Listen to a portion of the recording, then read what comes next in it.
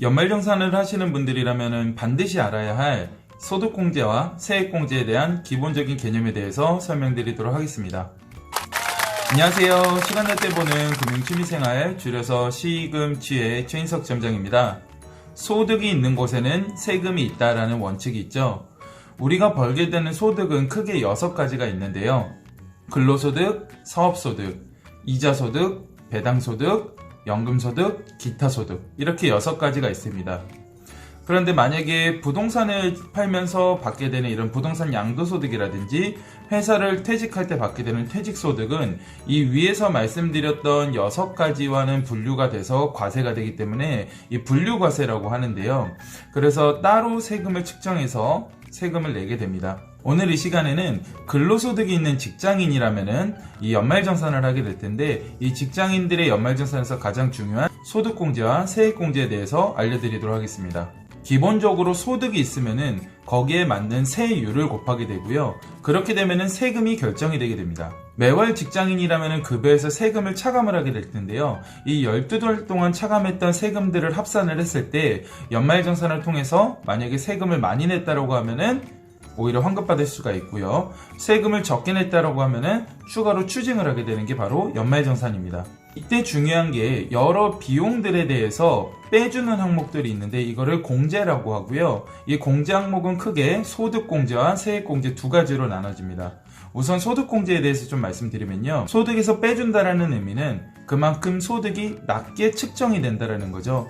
그렇게 되면은 세율을 곱했을 때 자연스럽게 내가 내야 되는 세금액이 줄어들다 보니까 연말정산 때 환급받을 수 있는 금액이 커질 수 있게 되는 거죠. 대표적인 소득공제 항목은 여러 가지가 있는데요. 우선 근로자분이라면 누구나 받게 되는 게 근로소득공제라는 항목이 있습니다.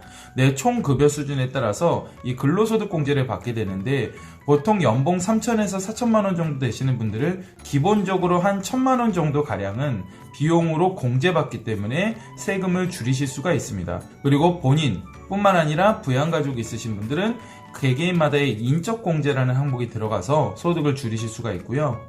우리가 납입하고 있는 국민연금이라든지 건강보험료 같은 경우에도 100% 소득공제 항목으로 들어가게 됩니다. 또 소득공제 항목 중에 가장 대표적인 중요한 2가지가 바로 청약공제랑 카드공제, 이 2가지가 있는데요. 일전 영상 제가 올려드린 부분들이 있으니까 영상 참고하셔서 자세하게 보시면 좋을 것 같고요. 이 청약공제에서 가장 중요한 건 뭐냐면은 이 무주택 확인서라는 거를 발급받아서 연말 12월 말까지 은행에다 제출을 해야지 여러분들이 소득공제를 받을 수가 있습니다. 그리고 특히나 2020년 올해에는 이 코로나라는 이슈 때문에 이 카드 공제에 대한 부분들이 대폭 변경된 부분들이 있는데요. 특정 월의 카드 공제율을 굉장히 많이 높여주는 그런 달이 있어요. 표를 정리해서 보시면요. 3월달 같은 경우에는 기본적인 공제율의 2배를 공제를 받게 될 수가 있고요. 4월에서 6월까지 쓴 카드 금액에 대해서는 체크카드냐 신용카드냐 이런 거 상관없이 무려 80%를 공제받을 수 있게 올해 변경이 됐거든요. 그래서 여러분들이 이 시점에서 하셔야 되는 건 뭐냐면은 국세청 홈택스에 들어가셔서 이 연말정산 미리 보기 서비스라는 곳에 들어가시면은 여러분들이 미리 이번 연도에 카드를 어떻게 썼고 얼마 정도 공제 받을 수 있는지 미리 계산을 해볼 수가 있습니다.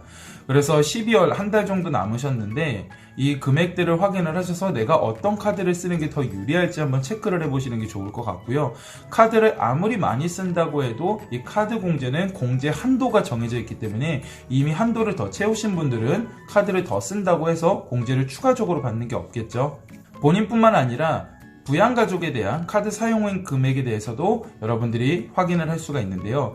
미성년 자녀가 아닌 경우에는 그 부양가족의 동의를 얻은 후에 그 홈택스 사이트에서 자료를 조회해서 금액을 확인할 수가 있습니다. 그렇게 소득공제를 받게 돼서 내 소득액이 결정이 되는 것을 과세표준이라고 하는데요.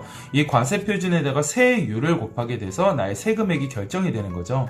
우리나라는 세율이 누진세라고 해서 소득이 적으신 분들은 적게 떼고 많으신 분들은 많이 떼는 이런 구조로 되어 있습니다. 표를 보시면 아시겠지만 최저 6%에서 최대 42%를 떼게 되는 거죠. 여기에 지방소득세가 세율의 10%씩 가산이 되는데요. 그래서 실질적인 세율은 6.6%에서 46.2%가 되는 겁니다. 소득공제를 통해서 내 세율 구간을 낮추게 되면은 그만큼 소득에 대한 세금을 줄일 수가 있겠죠. 두 번째로 살펴본 부분들은 세액공제입니다. 세액공제는 이 계산돼서 나온 이 세금액에서 바로 빼준다라는 의미인데요. 주의하셔야 될 점은 내가 낸 세금 한도 내에서 빼주는 거기 때문에 만약에 내가 세금을 낸 게 100만 원이고 세액공제 금액이 150만 원이다 라고 하면은 150만 원을 공제받는 게 아니라 내가 냈던 금액만큼 이 100만 원까지만 공제를 받을 수가 있습니다. 세액공제 항목은 굉장히 많이 있는데요. 자녀를 출산했을 때 받을 수 있는 공제들도 있고요. 월세를 냈을 때도 공제받을 수 있는 것들이 있습니다. 그리고 의료비, 교육비, 기부금 등 다양한 공제 항목들이 있어요. 근데 여기서 주의하셔야 될 점은 여러분들이 챙기지 않으면 못 받는 공제들이 많이 있다는 거예요. 일전 영상에 올려드렸던 월세 세액 공제도 대표적인 부분들이고요. 만약에 저처럼 안경이라든지 컨택트 렌즈를 끼시는 분들은 의료비 공제 항목에 들어가게 돼서 15%를 돌려받을 수가 있는데 내가 이 증빙 서류를 첨부해서 제출하지 않으면 공제를 받을 수가 없어요. 그리고 교육비 공제 항목에도 예를 들어서 중고등학생들의 교복 구입비 같은 경우도 공제를 받을 수가 있거든요. 그래서 내가 세액 공제 항목들이 어떤 것들이 있고 내가 해당되는 거에 대해서 어떤 증빙 서류를 발급받아야 되는지 이런 부분들도 체크를 하시면 좋을 것 같은데 혹시라도 궁금하신 점 있으시면 댓글로 남겨주시면 제가 설명드리도록 하겠습니다. 세액공제에서 가장 대표적인 항목이라고 하면은 이 금융상품으로 공제받을 수가 있는 게 있는데요. 첫 번째 연금계좌 공제가 있습니다. 우리가 연금저축 상품을 가입하거나 혹은 IRP라는 상품도 있고요. 퇴직연금 DC형이라는 상품도 있습니다.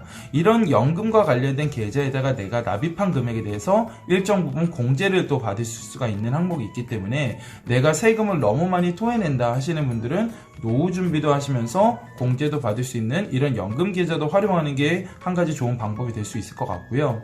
그 다음에 우리가 가입하고 있는 암보험이라든지 건강보험, 자동차보험, 실비보험 등등 이런 보장성 보험에 대해서도 연간 100만원 한도까지 세액공제를 받으실 수 있는 그런 항목들이 있기 때문에 연금계좌나 보장성 보험을 통한 세액공제 항목도 내가 체크를 해보시면 좋을 것 같습니다. 정리를 하자면은 소득에다가 세율을 곱하면은 세금이 결정이 됩니다. 이 소득 항목에서 소득공제를 얼마나 많이 받느냐, 그리고 세금 부분에 있어서 세액공제를 얼마나 많이 받느냐에 따라서 여러분들이 돌려받을 수 있는 환급액 금액이 더 커질 수 있는 거기 때문에 소득공제와 세액공제 항목 지금부터 한번 체크를 해보시면 좋을 것 같고요. 이 국세청 홈택스 사이트라든지 어플을 통해서 여러분들이 미리미리 조회를 해보셔가지고 내년도에는 이 13월에 세금이 아닌 13월에 보너스를 받으실 수 있는 그런 기회가 됐으면 좋을 것 같아요. 우리 구독자분들이 금융 똑똑이가 되는 그날까지 시금치가 함께 하겠습니다. 감사합니다.